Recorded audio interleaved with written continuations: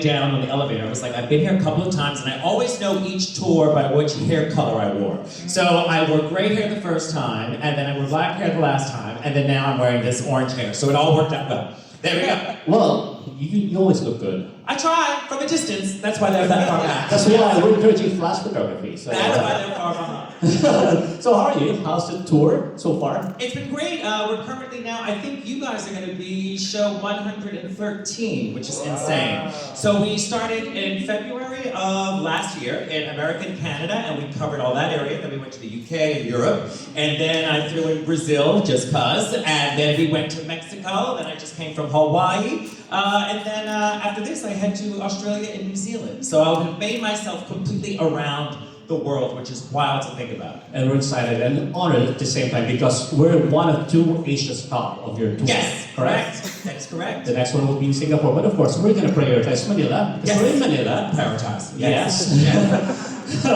Okay, so what can we expect from the Dead Inside tour, which is different from your other tours? Well, I always say expect the unexpected because it really depends on the night. It depends on how much alcohol I have, and how much of it I remember, because I'm at a certain age where things start changing in my brain. Yes, there is wine up here. I saw you look at it.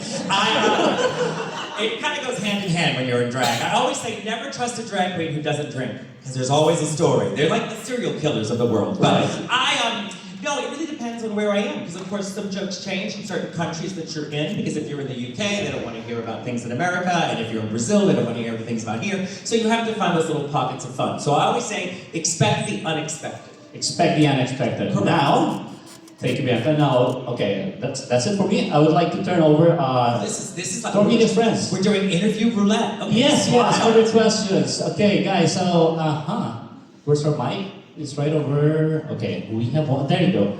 So please, come here. Feel free to approach the mic and ask your questions. Go ahead. Don't be shy. Bianca actually is nice. She doesn't want me to tell you that, Well, but no, she's I mean, actually nice. technically I'm not nice. I'm going to pour myself a drink while you Yes, get these please. questions Okay. going. True alcohol. So yes, just state your name, which publication or website or platform you're on, and then you can proceed with the question. One of us has to be sober. I guess it's you. All right, hi. Hi Bianca, I'm Ralph from wolves.com. Yes, I love you. you have very good taste. Thank you. I have two simple questions. So first, what Two simple questions, and you're looking at the laptop. You could summarize the two questions. I have 14, but I'm just gonna ask two. It's okay. Question one. Number one, what keeps you coming back to Manila for your tours? You had to read that off of there. You couldn't read that. You could take notes, people. Listen. It's also already love it. The thing is, if I can spread my hate to the masses, I will go anywhere, And I've always had a great time here in Manila, which is great. And LA Comic Live has been wonderful to have me every time that I've been here. So if it works out scheduling, I will be here at any point, because I know that you people have suffered enough because you experienced Jiggly Caliente. So I need to be here to make it better for you, to show you that some drag queens have talent. Yes. She's gonna kill me. I love it. Yeah, and we got you. Yes. I'm kidding. Do you know, it's so crazy, I've known Jiggly since 2005, so we were friends way before Drag Race, back in the day. So we've had such a love-hate relationship with one another, and anytime I say anything about her, she's like, thanks for mentioning me. So she's gonna love every moment of this, okay? Any publicity is good publicity for Jiggly. Did you see that publicity picture? Speaking of, did you see for Drag Race where her toe was hanging out of that shoe? Yeah. I was screaming! Okay, so was that toe. Yeah, go ahead. Okay, I love it. For my final question, what's your secret to staying energized and inspired for every show despite being dead inside? That's a beautiful question. Honestly, listen, the crazy thing about touring is there's nothing glamorous about it, and you go from country to country, city to city. My assistant has been my friend of 25 years, who doesn't think I'm talented, doesn't think I'm funny, doesn't think I'm pretty, and makes me carry my own suitcases. So no matter what goes on, as you get closer to the show, all of those things that bother you, say your feet hurt or you're jet lagged, you can't hear out of one ear, The funny thing is, once you get on stage, everything just turns to magic. Because you sit back and think, this many people are coming to see you that you can't help but deliver. You just kind of float in that little bubble, like Glinda. Is it Galinda? Galinda, whatever. Anyway, you're like floating in that little bubble performing. So that's what brings me back to it, and that's been the magic of all of it. It's just getting to have an audience and have a reaction. You know, even an audience like this in the middle of the day, it's always fun. Yeah. Thank you. You're welcome. Thank you. And he had to read that from his laptop. What was that? So much. He had to read that. Can't read that. Thank you. I didn't see that. I'm so sorry. That was rehearsed as well. Yes. Okay, yes, please. Just raise your hand and we'll approach you. Hi, it's Manila. Hi. Hi. Oh, I'm loving this outfit. Of course you do. Of course. I'm such a big fan since your season 6. That's way too old. Yeah, you know, it's been 11 years, which is Yes. so great. Actually, it filmed in 2013 and it aired in 2014. So everybody tries to correct me online, but for me, it goes back to 2013. So it's actually been forever. Yes. Yes. I've been a fan since your season, and I've become a comic myself. Oh, this is good. And unfortunately, Yeah. but then you've worked with a lot of Pinay queens. Yes. Abroad, and Manila, Jiggly, and how can you say about Filipino talent? What can you say about Filipino drag queens? Well, you know what's funny? I'm glad you asked this question because everybody assumes that we all know each other. And because we're friends on social media, and then we get to meet each other like at a drag con or what have you. And when I do drag con, it's wild for me because I haven't kept up with the show. Spoiler alert, I have not kept up with every season that airs because it's so many. But every queen that comes up to me from another country, I'm always nice. I don't know who the hell they are. I always hug them. We take a photo. And it was just recently when I was in Brazil and my twin, Plastique Tiara, was there. Really? That's not a joke. And the thing is, she says, can I bring Marina Summers to lunch? I said, please do. So I officially met Marina and then we went back and went, oh crap, oh shit. I met her like 4 or 5 times at a drag con before I knew she was Marina Summers, Marina turning the party Summers. So it's kind of like you meet them and then you get to know them and you get to see them showcase their talent later. So that's been the best part about all of it. But I think they're truly talented with the exception of Manila and Jiggly. Yeah. Yeah. Because they're old. Thank you so much. Thank you. I'm actually older than they are. Well, actually, Manila might be close to my age. Might be, yeah. From our friends from the media. Okay. Hi. Hello, good afternoon. Hi. Yes, I'm Luca from Drag Fans Philippines. And Drag Fan Philippines. Oh, this is good. Okay, so... You got some hateful questions? Sort of. Okay. Okay, so it's your third time doing a show here in Manila. It's your 113. I believe, yeah. Yeah, so my question is, when will you stop? Jiggly wrote that question. Okay, kidding aside, what makes Manila so special, knowing that this is your third time performing here? Well, the great thing is, as I said, you've got a great team of people that get me here, And if it works out scheduling, I'm all about showing up and having a good time. And also, you guys are a great audience, I never thought, when I did Drag Race, as Seminella pointed out 52 years ago, I didn't realize that I would be traveling the world, or that anybody would even care about what I'm doing. So as long as you guys are interested, I'll be back just like monkeypox. I'll be on the case. I'll be on the case, yes. That's your only question. You good? Thank you. Okay. Oh, please, thank you. Okay. These are fun questions. I usually dread the questions. Usually they ask me some of the stupidest shit, but these are fun, so I enjoy it. Thank you. Thank you for doing your homework. Not you for learning your lines. The rest of you. Hi, how are you, gorgeous?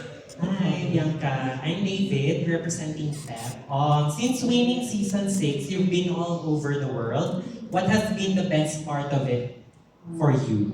Oh, in general, it's just the audiences. I can't say that enough. It's just globally getting to work and also getting to work after all these years. It's been quite a long ride, and we've been around the world a couple of times. So it's just the idea of being on stage, no matter where I am, is always a treat. And when you have a receptive, fun audience, it's amazing. So that's been truly the best part. And one day you're gonna go, I'm tired of doing this, and my body can't keep up with this, or I'm feeling like, you'll make that decision. But I'm still currently having fun. Fingers crossed. Watch me die tonight. Thanks, Thank David. you. Okay. Here. Oh, Tita Baby. Hi, Bianca. Hi, love. Hi, I'm Tita Baby from Drag Race Philippines. How are you? Nice to see you. So, I'm just wondering, we all know that you're a scathing, shady queen when you do your comedy. Yes. How do you know when offensive is too offensive? Well, the most offensive thing on stage is usually not something I say, it's this look. I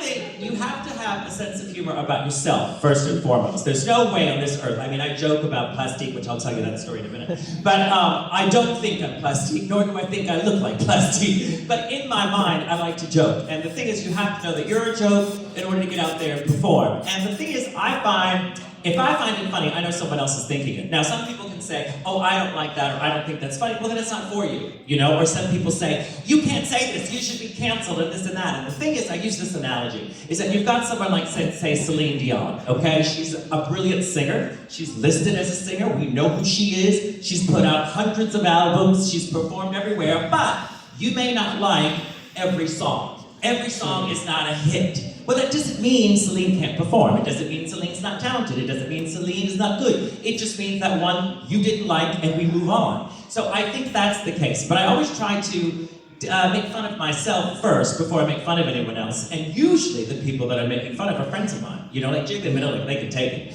Or anyone for that matter. You know, Latrice loves it as well. I'll get a call and she'll say, "Grr, I heard you said something about me." And I love it. So, you know, I do it with the people that know they can take it and handle it, you know?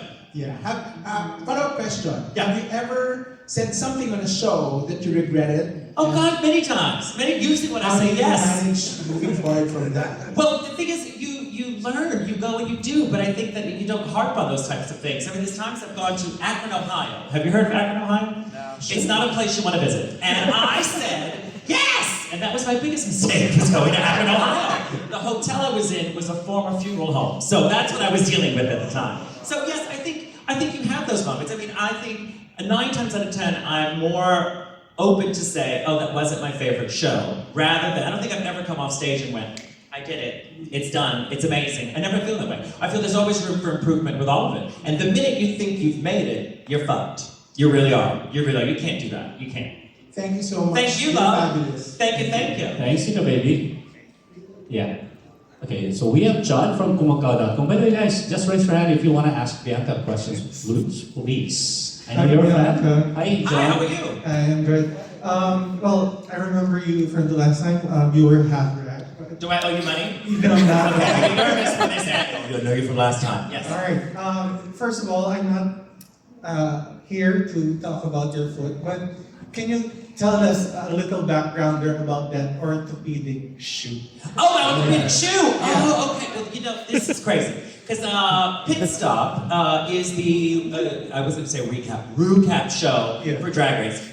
They had been asking me for years to fill in and do it. Now, when you actually record that, it is a huge undertaking because you are actually filming it somewhat in time with the show airing. So you have to be available and accessible to them as they're editing the show while it's airing on television. Does that make sense? Yes. So it's not like they film a season and it's all edited and then we can all watch it and then we film it. No, we're kind of going along with the process. So I knew I wasn't going to tour because I was having foot surgery, and I actually had this crazy thing called hammer toe surgery. It's like when your bones are coming through. It's not pretty. Google it. You're going to go, what? Anyway, I was having trouble, and so they said we need to do surgery, and I said, well, I'm going to be off my feet for a minute, and that's when it worked out for me to do Pit Stop. So I live in Palm Springs, California, which is about 2 hours away from Los Angeles. So I was schlepping back and forth, and I said, I will do it as long as you don't show my feet. And they said, no problem. We've got the camera, we can cut in close. I said, perfect. Day 1,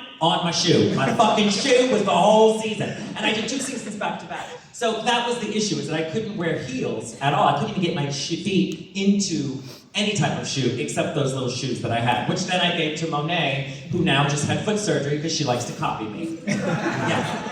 All right, thank you for that story. Aside from that, I'm going to ask you about Adora Delano. She just recently called you her drag mother. Oh, really? I didn't know that. How does that feel for you? And do you have other drag daughters, per se, that you would actually maybe realize later on that they could actually go into my footsteps? Well, first of all, that's a lovely compliment because I adore Adore, and Adore was just with me at Christmas. She came visit me in Palm Springs, and I mean, come on, that's the best compliment there is coming from her. But I don't like children of any types, and I don't like to be a mother because then I can't be responsible for their erratic behavior. You see it on Twitter where all these queens are like, that's my daughter, and once they do something bad, they're like, I don't know her. Yeah. So I don't want that responsibility, and I didn't have a drag mother, so to speak. I had lots of other queens that were helpful, but not one in particular. So I would be the person to tell them, clean your lace, put on some earrings because you're not that pretty, wear shoes that fit, wash your drag. So if that's being a drag mother, yes. And also just somebody who complains, which is what I do really well.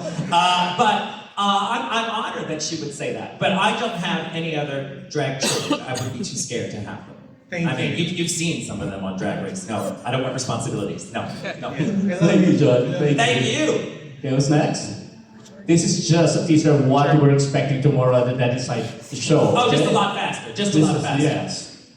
Hi. Hi. Hello, Bianca. I'm from Metro Latam. My name is Marcy.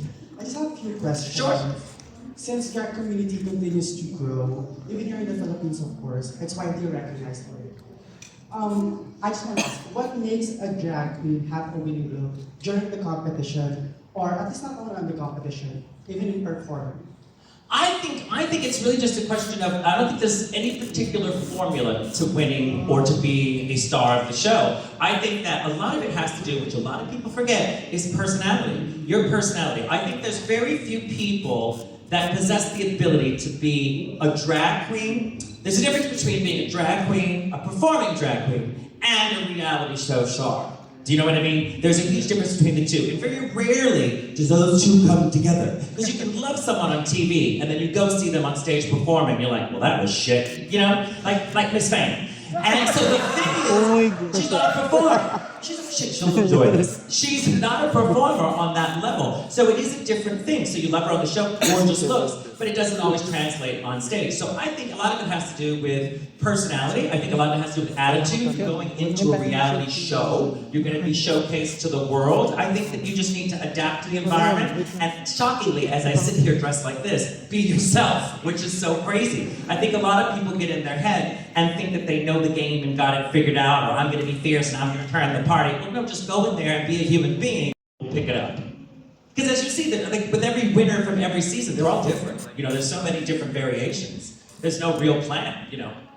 Yes, and thank you so much for your answer. It was such a good answer. Oh. And how does it feel? I mean, Miss Fame sounded like it. You thought it was good. There's a video of her doing a number on stage, and it's so brilliant because she looks gorgeous, but she turns around and she left all the clips in her wig. Check it out on YouTube. Go ahead, yes. So, speakers, you've been serving for the drag community for so long. How does it feel to become an inspiration and also, set the standards for some?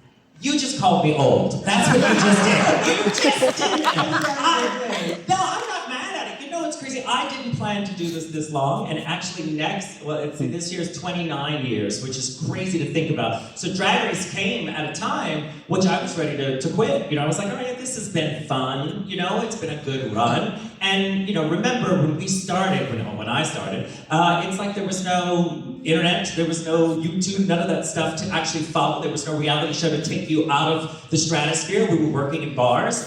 There was no video recording phones of magic of that. So it was a different world. So I've had a great run, and I thought when Drag Race came, I thought, well, let me try it. Let me see how this goes. And that was that. But if it wouldn't have happened for me, and I don't necessarily mean winning, I just think having that experience, I could have easily just packed it up and said, this has been a good, at that time, was 18 years, I believe. So, yeah, so it's been a wild ride. So I didn't plan to do it this long. It's kind of crazy. And as many people, some of the people here said I should quit. So I'm not looking for, if I could easily say one day I don't want to do it anymore, but it's still a fun ride right now. I'm still enjoying it. And then, my last question. Sure. Before I talk about inspiration, if you could give one word to baby drag queens or aspiring LGBTQ to become a drag queen, what would it be? I often get asked, what should they do for drag, or what's the right way? And I always say there is no formula. I think that you should do whatever makes you happy. And people say, is it okay if I do drag? I said, honey, if a wig makes you happy, put the fucking wig on. Who am I to say you can't have this or have that? I think that's what it's all about, and I think that's what social media has shown us now, that even with drag in general, you've got, queens that wear natural hair, you've got queens that are wearing clown drag, you've got queens that have beards, you have, drag kings. I think everybody's welcome, and you should do whatever makes you happy. And if you don't like it, then you go, all right, this was fun, I had a little moment, and then you move on. Or you end up a bitter old drag queen like me 52 years later, as Salmonella pointed out. You then realize that, oh wow, this has just been the journey. I think you gotta do what makes you happy. You truly do. Okay, what's gonna be the one word that you would like to... Oh wait, it was one word I was supposed to give you? Oh shit! Oh, and you let me go on. You're like, girl, one word. The one word that I would use to tell young people. God, this is gonna be tricky. Because I don't think I've ever been reduced to one word. One word, this is challenging. Stop, yeah, no. I would say faith. Not meaning in a religious way, but faith in what you do, faith in your performance, and that if things are bad, it can turn around. Does that work? Yeah. What's going on next? What's going on next door? There's a lot going on next door. Is there a party next door? Do you hear that? Yes, stop would be the idea. Aspiring queens to say. That's what I tell them all. Stop now. Alright, next. Yes, hi. Hello, I'm Ray from WAPS.com and MRF2 podcast. So speaking of one word from Speaking of one word, here we go. Yeah, so I'm a huge fan of your one word, all caps reply to Drag Race Queens on Twitter. Yes! I think it's hilarious and brilliant. I'll tell you the story about that, yeah. My question is, has there ever been anyone who got offended by that? And what are your thoughts on their... Oh, they all get offended. Who gives a shit? This is the thing about social media. I lived before social media, so it's one of those things where I don't find it as a vital tool for my life.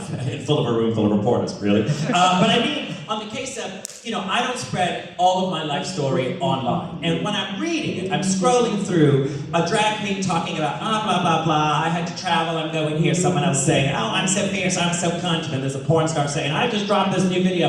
And many times as I'm scrolling, I'm just thinking, I don't fucking care. And they can say they cured cancer, they can say they won an Emmy Award, and I'm still gonna put, okay, because it pisses them off, and it's nothing better than for somebody to write an entire diatribe about something. Where like, I'm angry with this, United Airlines lost my luggage, blah, blah, blah, blah, blah, blah, I'll never fly them again, and I just put, okay, like, we heard you, and no one gives a shit. So, yes, I do get it, it really, really bothers Bob the drag queen, which I personally enjoy.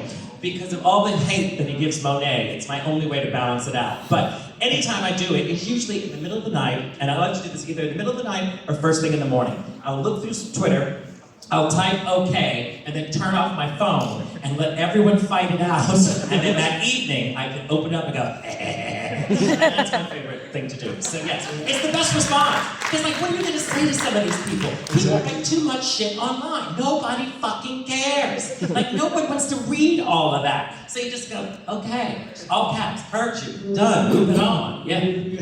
So, how fun is it to make fun of overly serious Drag Race fans? Oh, it's hysterical. I love it. And the thing is that if you have a sense of humor, then it works out to your advantage. But a lot of these people are very serious, and it's almost like sports teams now. You know, some of these fans are collecting us like Pokemon. They are very serious about their groups, and my favorite thing is when they tell me, you can't say this about her. And I go, I'm friends with that bitch. I can say whatever I want. So if the girl I'm complaining about isn't mad, who the hell are you to tell me I can't say that? So that's what I find amusing. I truly do. But the people that are smart usually get it, and those are usually the people that come to see me. Yeah, the smart folks. The smart folks. Thank you, Bianca. Thank you. Thank you. Was that supposed to be one word? One word. Oh, God. Okay. Okay. Well, Okay, that's not one word. You answered okay, so that's Okay. okay. Hi, this is Luis. Hi. Bianca. I'm a huge fan and I'm so nervous right now. Don't be nervous. I'm a man in a wig. You're fine.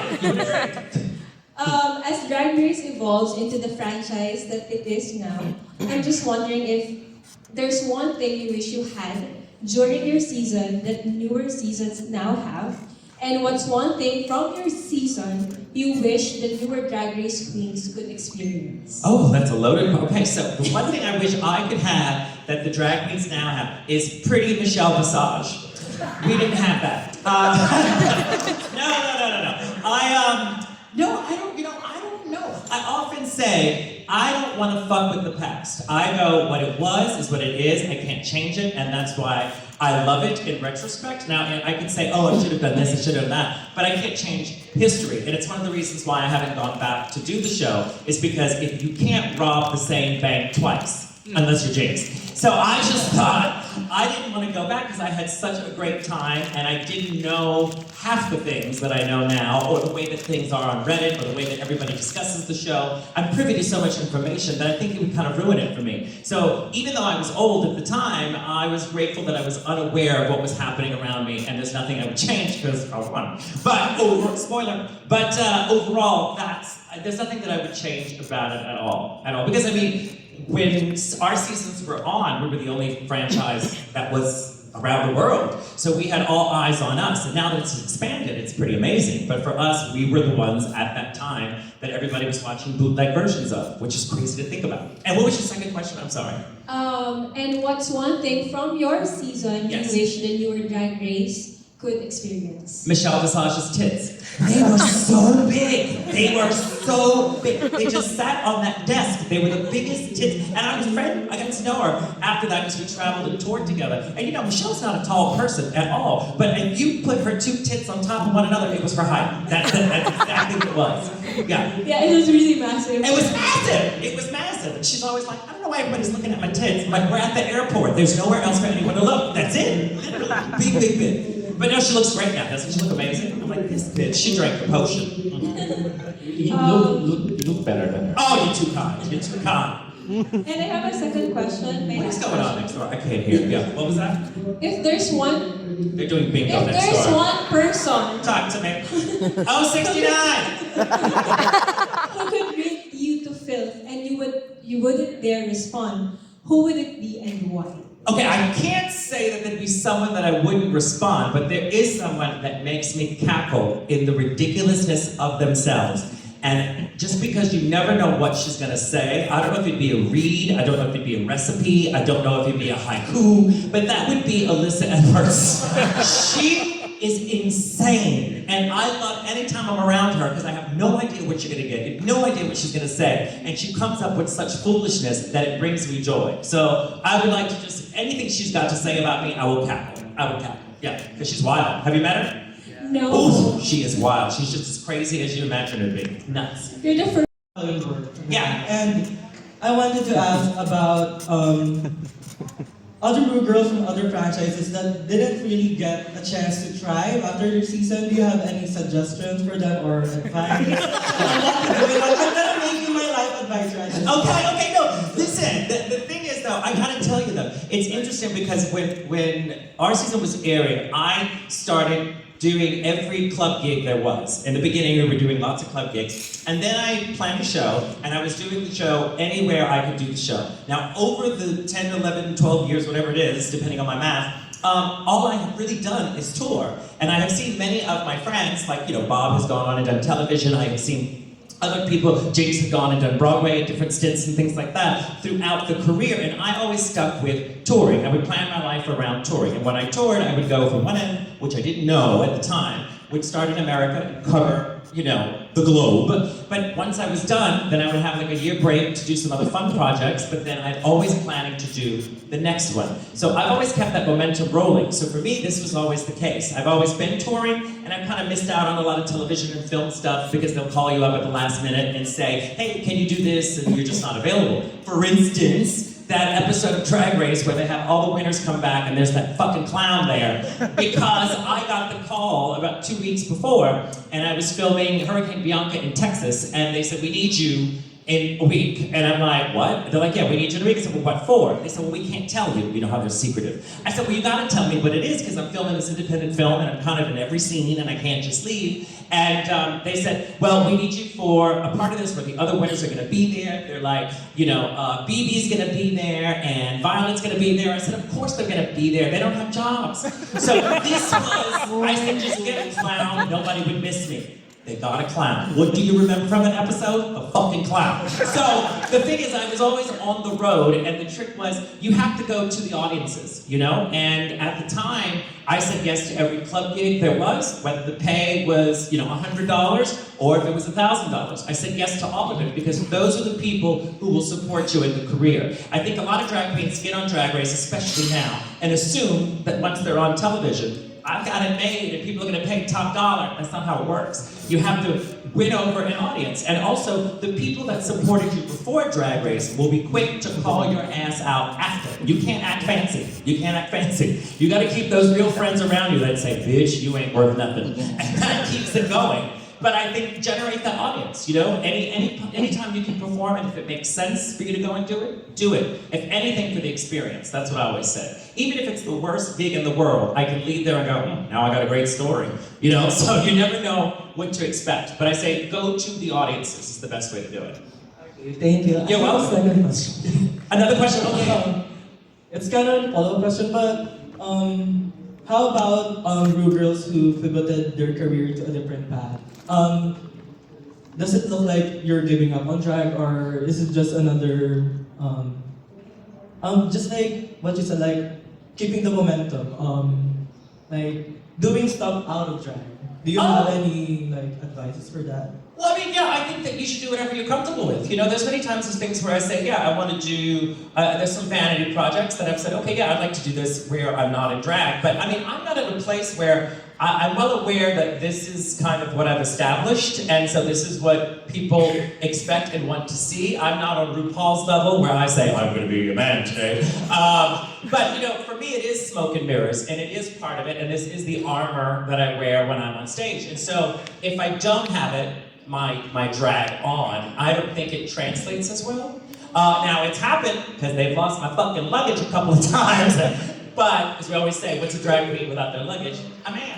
And so I had it happen recently in Canada. I was there. I got to Canada, and I was in a weird part of Canada, and my bags didn't arrive. My makeup arrived, but not my clothing. So I got to the venue. We were about an hour and a half away from the airport, and they're like, when it gets here, we'll send it out to you. Well, it didn't get there. So I had my face on, and the big question was, do you cancel the show? There's 1,000 people there. And I said, you can't cancel the show. So I kept my face on, I wore a onesie, and went out and did the show with a hat and no wig, and it was just the same. But you also have to follow through with your commitments. I think that's important. So if you're gonna do it, do it. If you're gonna do it in drag, own it. If you're gonna do it out of drag, be prepared for somebody to complain and call you lazy, because they will. So just remember that if you do it, just stand by and say, this was my choice, and this is what I want to do. But I say yes to everything. Everything. I'm here talking to him. I say yes to everything. I'm kidding. Thank you so much. Thank you. Thank you. Jacob made the word bonding trend on social media. Oh, really? Yeah, See, look, you know what it. you're doing. They You got make this it together. It's gonna make it merch now. Make It's a it higher merch. than actually. No, this is good. Make it merch, babes. Thank you, Jacob. Well, we're down to the last two. Sure. Yeah. Okay. Hello, my name is Keiko from Babaylanes, an LGBTQI organization. Hi, Keiko. In the Philippines. My question is very serious. Oh, great. We love serious questions. I want to ask, what are you looking forward to eat in Manila? And at the same time, what do you think about the Filipino guys? Well, this is a good question. Okay, so maybe I want to eat a Filipino guy. No, I say, you gotta tell me what I should eat. Now, you see, I gotta be careful because I'm here tonight, and then I actually have the show tomorrow, and then I travel. So what do you suggest that I eat? What's gonna be that? I can't do dairy, though. So what's a good thing? You tell me. Any suggestions? Well, other than guys, for sure. Yeah. Like, what would be your ideal thing for me to eat? I like spicy. Okay. Yeah. Try to eat Pickle Express. What is this called? Pickle Express. Pickle Express? Pickle. I'm trying to pretend like I know what you're saying, but okay. And what do they have there that's good? That's coconut milk with pork, it's very spicy. Okay, this is good. I can do that. Why don't I do that, and then if you come to the show tomorrow, I'll give you a full report. But if I'm not at the show tomorrow, you know what happened. Yeah, it's a very spicy dish. I like spice. I do like spice. Can you imagine? Yeah. I think Kyle, we have my tongue on fire. You love spicy. I do. I have to like spice. spicy. We love spicy food here in the Philippines. Yes. Hi. Hi, Hi. good afternoon. My name is Pao. Recently, there are online conversations about some fans experiencing drag fatigue.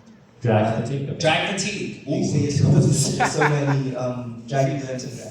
I think that, listen, there's perks to drag being 9,000 franchises, because drag is in people's living rooms and people get to showcase their talents. I think that's amazing. There's also a downside to it. There can also be a lot of queens in the world. There's a lot of people that are producers that are trying to make money and putting shows together, and it is what it is. But it is quite a few queens that exist now, and as I said, it was different for me in the beginning because we were the only franchises people were watching at that time. So we were able to globetrot. And now you've got people here that have their own set of queens. You've got queens in the UK that can work there locally as well. So I just think the pool has gotten a lot more people in it. And there's only so many audience members that can come and see it, and it gets harder, I think, for everyone because you have to pick and choose. Also with the economy and the way the world works and the way, it's a crazy time in general. So I think you do have to pick and choose what you want to go and see. So it is amazing that drag is as popular as it is, and it's also hard because drag is so popular, and I don't know what the right answer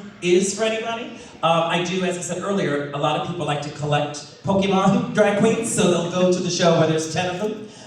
For instance, when I do a tour, I try not to tour in December because it's Christmas and it's the worst time to travel, especially in America. Traveling across and weather is always a problem, and there's like 9,000 Christmas shows that are happening at the same time. So I try to make those conscious choices, as well as trying not to tour in the summer because it's Pride, and a lot of Pride events are happening, so you'll have to compete with that. So you gotta find your own strategy, and I think your core fans and the core base of people that appreciate you will support you. And if not, they might skip a year and catch you the next time you come around. Yeah. Thanks, Pao.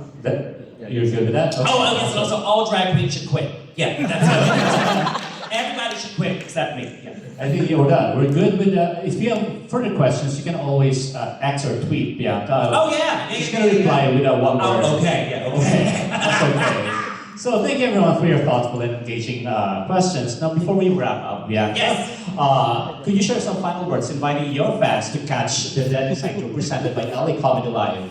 Yes, well, I'm excited to be here yet once again. We've got lots to talk about because a lot is going on in the world, or in my world, as we say. So I am looking forward to being here tomorrow, if I can survive my meal from that restaurant that I'm going to have. And I'm excited to be here once again. So tomorrow night is the show here, and then I head off after I leave here to Singapore. So as always, thank you for welcoming me. Thank you for taking the time out of your day to listen to me ramble. Even when I was supposed to give a one-word answer. I appreciate it, and I hope to hear from you and see you at the show tomorrow night. Thank you. Thank you. Now,